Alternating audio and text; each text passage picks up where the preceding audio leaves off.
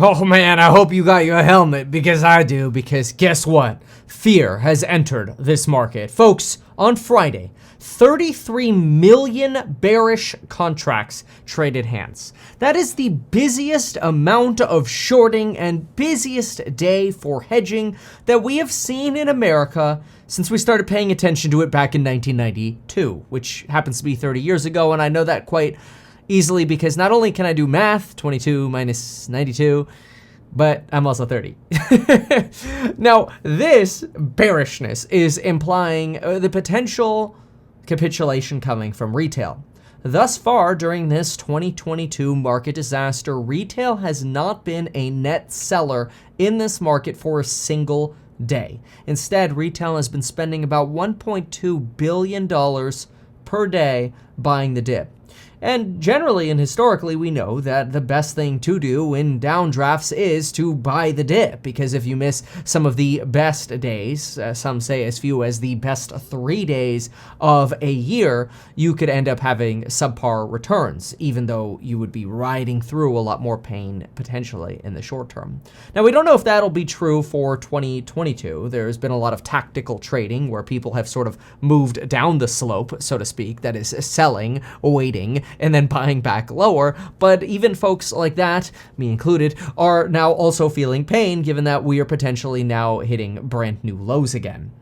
And some say it's all because of the Fed. In fact, some say the Fed has this bizarre notion that because unemployment is so low, that the economy still, as Mr. President of the Atlanta Fed, Bostic, this morning said, has positive momentum. So as long as the economy has, quote, positive momentum, then the economy, in the words of Mr. Bostic, has, quote, some ability to absorb the actions we're taking. In other words, the Fed feels righteous in their ability and opportunity to say, hey, you know what? Yeah, we're just going to keep hiking because obviously everything we throw at the American economy just to crush it and destroy people's wealth isn't working. So let's just ramp it up a little bit then. Okay, you thought level 3% interest rates was bad. So like level 1 paying, you thought that was bad. Okay, let's crank you to level 2, which is like 4.5% terminal Fed funds rate. And if that ain't going to cut it, maybe level 3 will, and this is what some people are starting to fear, which is why we've had such an ugly market last week and probably already, going into this week, we'll see crypto's a red tell already. But if they crank us to level 3 where they're like, oh yeah, you still don't want to, lose your job? You still spending money, people? We'll crush you. Terminal rate to 5 or 6%.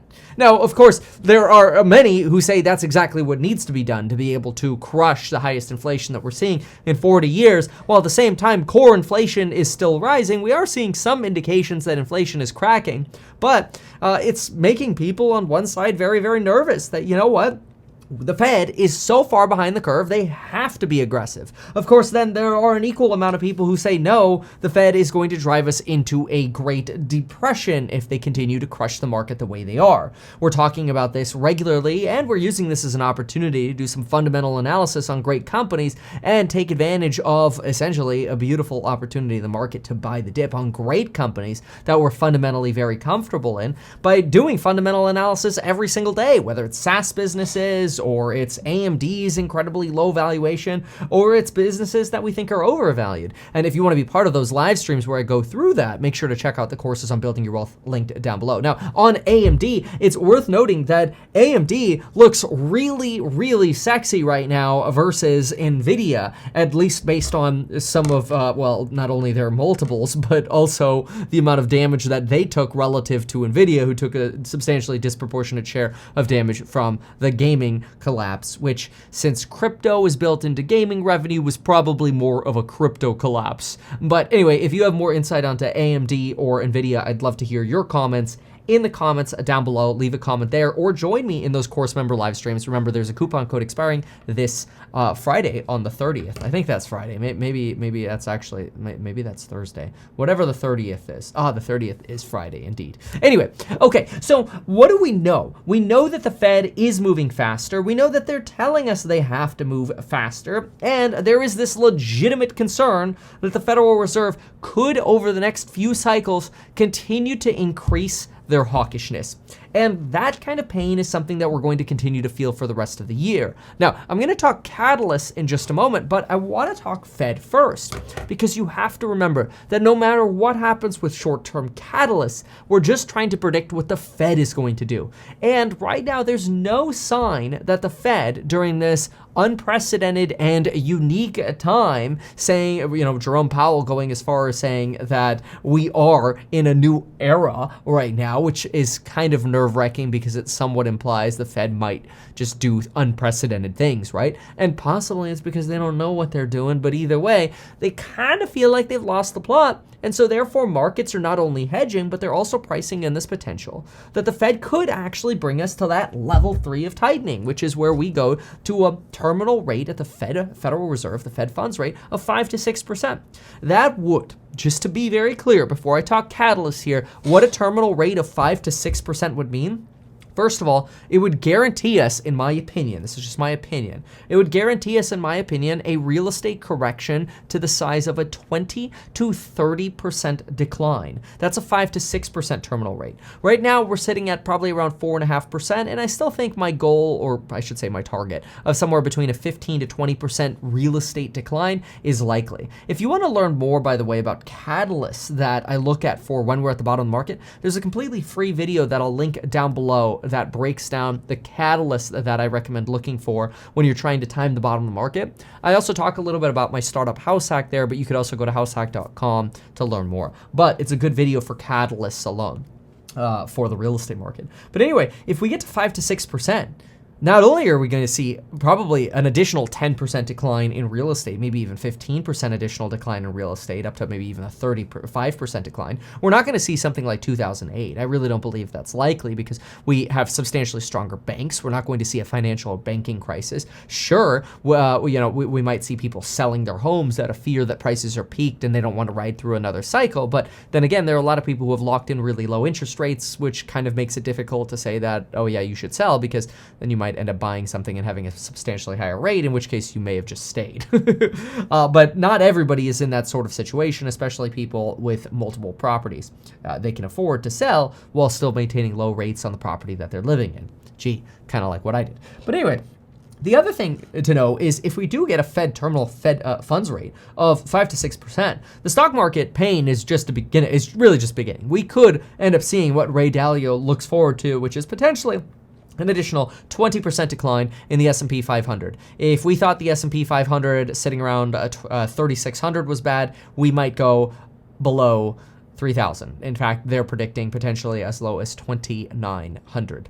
That's pretty damaging and pretty painful. So you seriously better get out of margin and have some pretty dang diamond hands if you want to get through this next cycle. In fact, that's probably my biggest recommendation is do whatever you can to save money, build up cash war chests, pay off credit card debt and other debt, and be prepared because we're going to go through hell and then back. Now, hopefully, when we start going back, we go back quickly. So personally, I'm not the biggest fan of sitting out the market.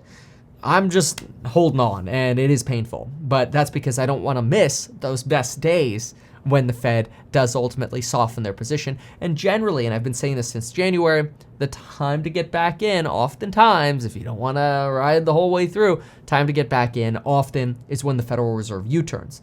Unless, of course, you're riding stocks that you think will actually do very well when consumer demand plummets, like a recession. In my opinion, obviously, a stock like that would be a company like Tesla or American Express or Enphase. Problem is, a housing market downturn is going to take Enphase down with it. So that doesn't leave you much. But don't worry, we'll keep doing fundamental analysis every day, and hopefully I'll be able to report some more of my favorites to you soon. Although AMD, look at my AMD analysis. That was a good one. And then also make sure you look at some of my other analysis, like my analysis on Polestar.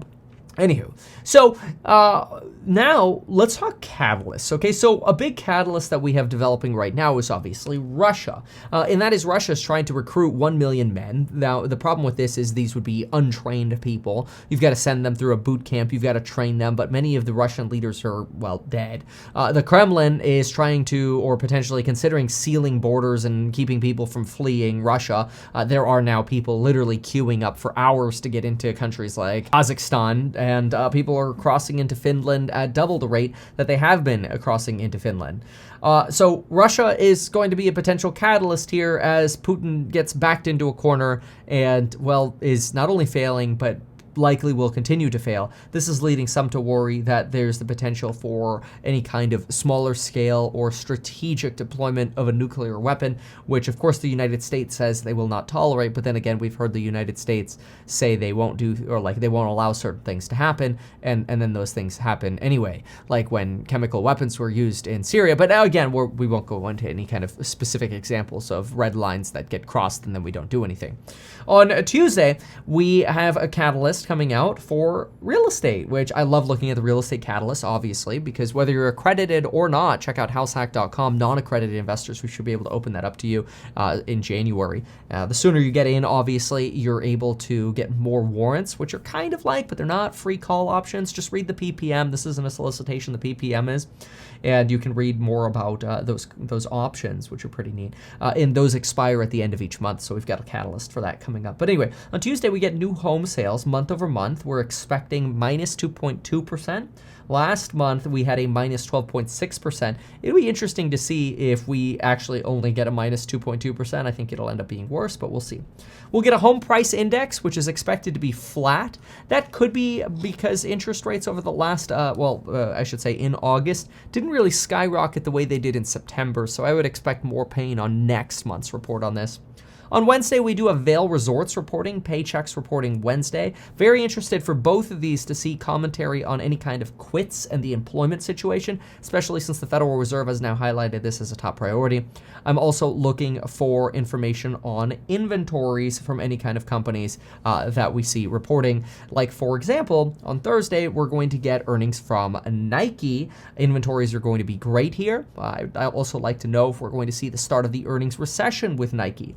Nike had annual year-over-year growth of negative 1%. I wouldn't be surprised to see this negative again, and that would mean we are officially in an earnings recession, at least for Nike. Their net earnings were a negative 5% last quarter, year-over-year, so we'll see what happens. Bed Bath & Beyond, they should be bankrupt, but they're still surviving.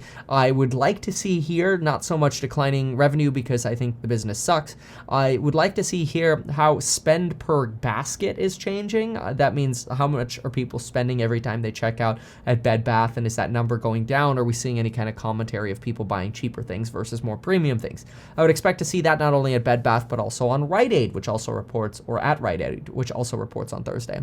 CarMax reports on Thursday. Jobless claims are also expected to come in at 215,000 on Thursday. This is not a very elevated number, by the way. Anything really under 300,000 is relatively nominal, and that's not to be insensitive to anybody who's losing their job, but it's just a small number. Historically, jobless claims around 200K aren't that big of a deal.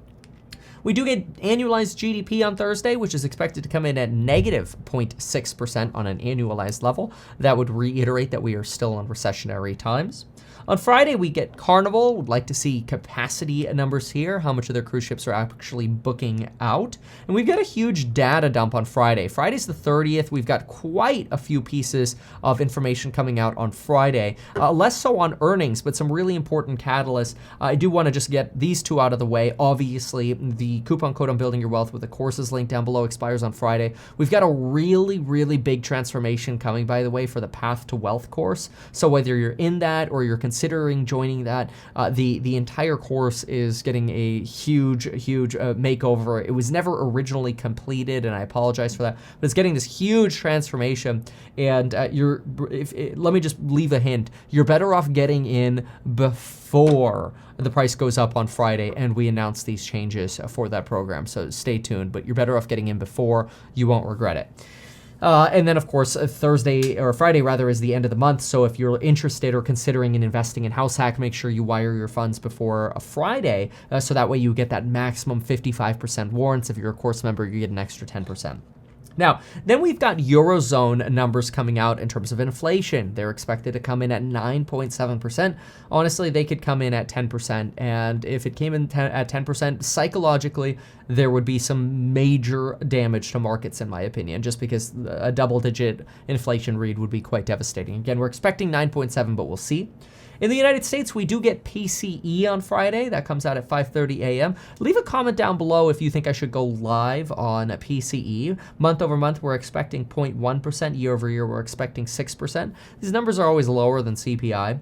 Core PCE coming in at 4.7 is the expectation for year over year, and month over month at 0.5%, which is not great because the number of core at, this is probably going to be the most important number, a core read on the month over month at 0.5% is still 6% annualized, and that's terrible. That's perfect reason for the Fed to keep beating us up.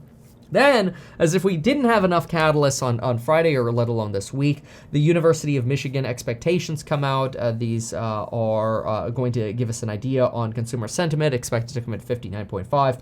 1 year inflation expectations, no expectation yet for those, but for 5 to 10 year, we expect them to remain stable at 2.8. These expectations have actually been coming down, and I wouldn't be surprised with the pummeling Jerome Powell has been giving us that we should expect to see these continue to decline, which would be very, very good. So very important. These earnings coming up, PCE, University of Michigan, consumer expectations, very, very important as well. And look, everything is just going to point at the Federal Reserve. Are they going to continue beating us into the sand, or are they going to give us a chance here? Anyway, if we continue to get beat into the sand, well, it was nice knowing you. RIP.